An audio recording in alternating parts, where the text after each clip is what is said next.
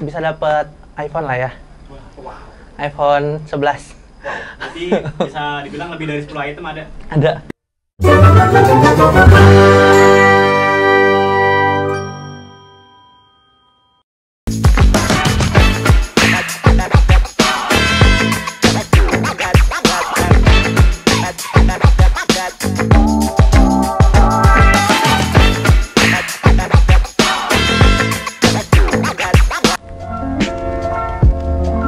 Ya, Hai. Halo. Halo. Halo. Jadi hari ini gue mau nanyain tentang suatu tema nih. Udah tau belum temanya apa? Korea. Tentang Korea? Korea. Oke. Korea. Korea. K-pop gak sih? Sebelumnya boleh nggak sih perkenalin diri, nama, usia, sama kesibukannya sekarang lagi apa nih? Rania. Halo, nama gue Cika. Nama gue Muhammad Gede Hidayah. Halo, nama gue Vika. Umurnya 19 tahun. Umur gue 23 tahun. Kesibukannya sekarang lagi nggak ngapa-ngapain, lagi nyari kerja aja. Baru lulus kuliah. Ya 21 tahun, sibuknya bucin aja sih. Umur gue 23 tahun. Kesibukan saat ini lagi running small business aja sih. Kuliah sama influencer sih. YouTube sama TikTok. Onnya di YouTube, TikTok sama Instagram. Boleh disebutin nggak nih biar yang daripada tahu? Subscribe-nya Gede Hidayah 3, Instagramnya Gede Hidayah 3, TikToknya Gede Hidayah 27. Apa yang lo suka dari tren Korea yang ada sekarang ini? Lebih ke lifestyle, yang pertama lifestyle ya pasti, makanan udah pasti itu. Terus musik-musiknya, K-popnya itu suka. Itu pastinya boyband sama girlbandnya. Terus juga drama-dramanya sama film-filmnya sih. Itu. K-pop sih lebih ke lagu-lagu mereka, Oke. dance mereka. Kalau misalkan K-drama ya karena kualitas aktornya. Pop, K-drama atau sebagainya nih. Kalau gue lebih ke K-popnya sama K-dramanya sih. Kenapa lo bisa suka sama hal tersebut? Kalau untuk K-pop sendiri lebih ke musiknya sih, musik yang mereka produce gitu. Awalnya dijejelin sama teman SMP sih waktu itu. Terus gara-gara mereka suka Super Junior, terus akhirnya kayak ikut-ikutan deh. Lifestyle, yang pertama lifestyle ya pasti, makanan udah pasti itu. Terus musik-musiknya, K-popnya itu suka. Grup-grup sekarang itu mereka self-producing gitu. Oke. Jadi nggak cuma sekedar artis yang asal nyanyi aja, mereka juga produce musik sendiri. Lagu-lagunya juga bukan asal yang cinta-cintaan doang, tapi lebih ke banyak yang self-awareness kayak gitu. Kalau dari K-drama tergantung genrenya apa dulu. Oke, terus kayak sejak kapan lo ngikutin tren Korea dan lo tahu tren Korea itu dari mana sih? Kayak pas awal tahu Korea ini dari mana nih? Sebenarnya dari kecil sih, dari kelas 1 itu udah tahu Super Junior kayak gitu-gitu. Cuman lebih ngedalaminnya lagi tuh semenjak kelas 7 SMP. Itu tuh stan EXO, gara-garanya keracunan temen sebangku waktu itu dengerin EXO terus, jadi kayak tiba-tiba masuk, jadi kepikiran terus gitu. Akhirnya di rumah streaming. Dulu kan kalau K-popers zaman dulu tuh modelnya kalau nggak share video dari Bluetooth sama streaming YouTube. Awalnya dijejelin sama teman SMP sih waktu itu. Terus gara-gara mereka suka Super Junior, terus akhirnya kayak ikut-ikutan deh. Awal mulai itu tahun 2016, itu waktu itu temen nyuruh nonton salah satu K-drama yang lagi hits banget. Terus dari situ gue mulai jadi suka ngerembet ke yang lain gitu, kayak ke variety show-nya. Terus dari variety show sama K-drama itu baru gue langsung ke K-popnya, suka ke K-popnya. Kalau awal tahu Koreanya itu pas SD, Oke. ya dulu siapa sih yang nggak tahu Super Junior gitu kan. Dulu suka Super Junior sampai SMP, terus akhirnya baru suka lagi Korea itu SMA pas nonton K-drama. Terus baru suka K-pop lagi pas kuliah. Kuliah. Itu juga karena teman-teman sih. Parah. Oke. Terus kalau gue boleh tahu nih ya, siapa artis itu, boleh penyanyi atau aktor Korea yang lo idolain? Kalau dari dunia aktor sama aktris sih nggak ada, tapi kalau dari idol sih NCT sama G-Friend. Kalau sekarang sih pokoknya EXO, BTS, NCT. Terus kalau itu dari boybandnya. Tapi kalau dari girl groupnya sih ngikutinnya aespa. Kalau K-pop gue suka banget BTS, Oke. Tomorrow By Together sama Seventeen. Red Velvet. Kalau dari aktornya tuh Kim Woo Bin, Lee Jong Suk, Nam Jo Hyuk. Song Joong Ki. Park Jimin dari BTS. Terus selanjutnya kayak, apakah lo termasuk fans yang fanatik gak sih? Kalau dibilang fanatik sih fanatik, tapi gak suka yang ikut-ikutan kayak apa sih war gitu loh, gak suka. Terus kalau paling ya cara untuk ngedukungnya paling ya beli album gitu-gitu sih. Termasuk Kalau dibilang fanatik sih kayaknya enggak juga deh kayaknya. Enggak lah. Kalau fanatik fans kan Saseng fans. lebih ke rela beli merch sih. Menurut kan harganya kan nggak bisa dibilang murah juga, tapi rela ibaratnya meskipun lagi tiris-tirisnya gitu ya, itu tetap beli karena lebih ngarah ke kepuasan sendiri gitu loh. Meskipun orang yang beli album itu puasnya cuman pas di unboxing, selesai unboxing dipajang nggak dibuka-buka lagi. Saseng fans itu mereka yang fanatik yang sampai bawa kamera profesional buat fotoin artis kemanapun itu, sampai teleponin artis, ngikutin kemanapun.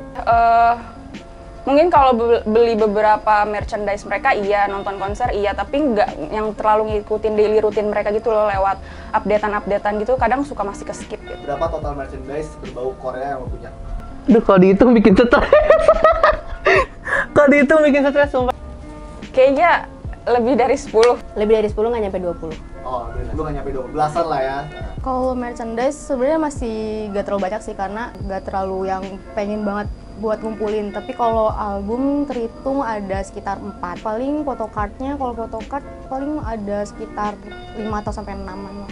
Bisa dapat iPhone lah ya. iPhone 11. Jadi bisa dibilang lebih dari 10 item ada. Ada. Kalau yang paling mahal kayaknya ada di lightstick mereka sih, sama ada di season greeting mereka. Kalau untuk lightstick itu kebutuhan untuk konser. Kalau saya nonton konser tuh kayak hal yang wajib banget dibawa. Kalau untuk season greeting lebih ke suka aja sih sama isi-isi yang ada di season greeting gitu. Yang paling mahal itu album. Begitu albumnya deluxe jadi mahal. Gue beli itu karena baru nge-stand BTS. Kalau boleh tahu harganya berapa tuh? Nggak nyampe 1 juta sih, kayak cuma 800 sekian atau. Paling mahal photocard waktu itu beli 4 juta. Satu Foto kecil. Nah, lu bawa nggak sih kayak merchandise K-pop itu? Bawa. Ini album EXO, ini album Kokobab The War, ini tahun 2017.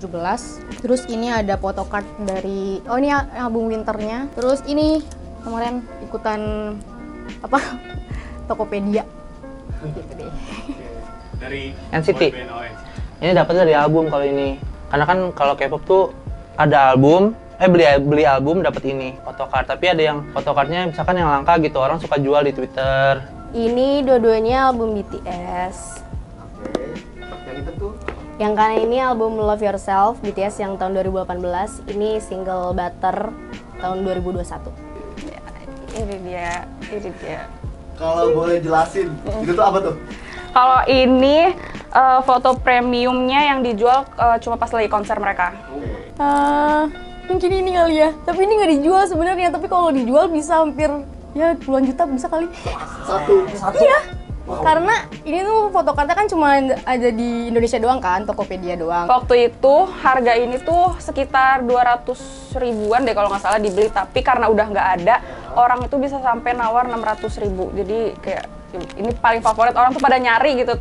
Jadi gua nggak mau jual. Yang ini gue beli ready kalau nggak salah ya sekarang cuma 3,5 300. Kalau yang ini waktu itu gue belinya pre-order. Kalau nggak salah harganya 400-an, tapi nggak nyampe 4,5.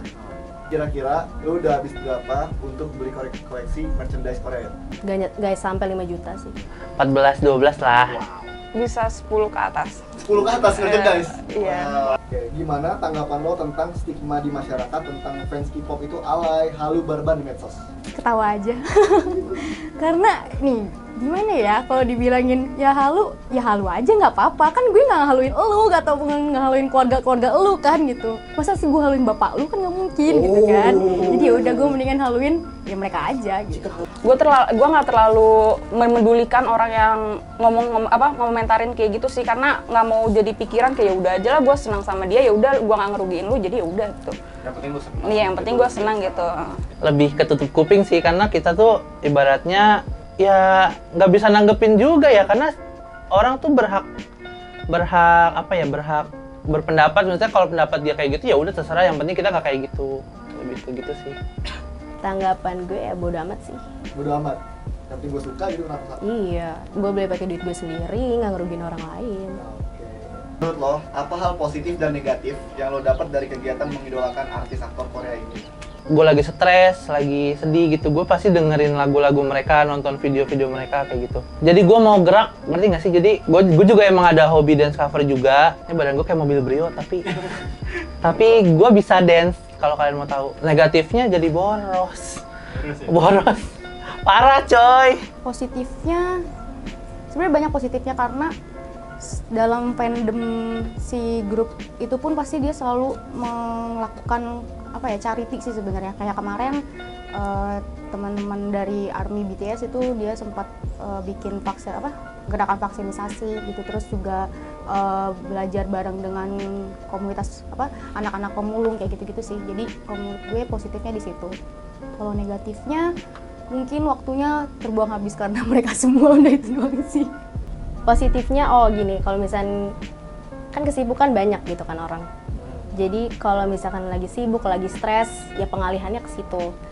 Terus kalau misalkan positifnya lagi, kalau dari lagu-lagu mereka sama sifat-sifatnya paling mereka bikin fans itu sayang sama diri sendiri, nggak terlalu mikirin. Rata-rata kan orang mikirin terlalu cinta-cintaan gitu kan, terlalu mencintai orang lain sampai lupa buat sayang sama diri sendiri. Kalau negatifnya ya boros aja sih. Hal positifnya itu bisa nambah temen, karena kalau gue nonton konser nih sukanya tuh sendiri, lebih sering tuh sendiri. Jadi kalau misalkan sendiri tuh kayak menekan diri untuk bisa berbaur sama orang-orang lain, jadi punya nambah teman baru di dunia per-K-popan. Terus juga dari dunia K-pop itu gue bisa memiliki usaha online shop yang berbau K-pop, kayak misalkan jual merchandise mereka. Terus juga gue buka kayak jasa titip tiket konser, terus juga jasa untuk menabung tiket konser, misalnya jasa menabung konser untuk idol yang mau datang ke Jakarta ataupun ke luar negeri gitu. Kalau negatifnya mungkin karena jiwa ini suka banget, terus jadi kayak ngedorong harus beli nih, ini yang lucu nih, ada muka dia nih lucu, nih beli ini, kayak lebih boros gitu sih. Apa yang mau lo bilang ke orang-orang di luar sana yang masih suka ngejudge fans dari K-pop?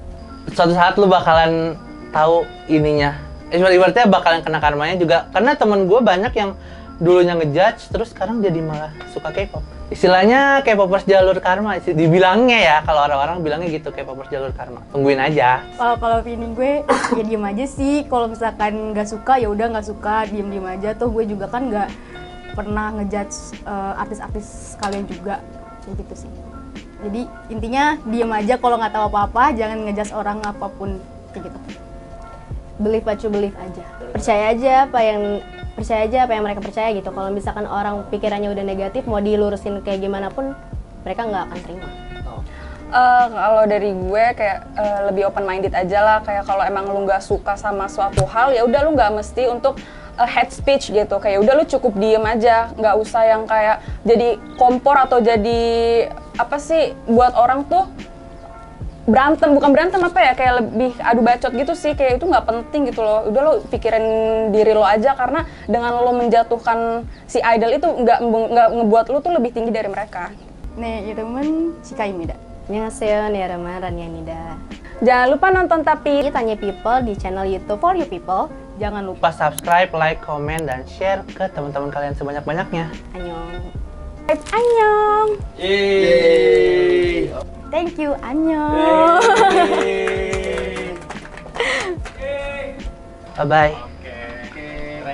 Oke.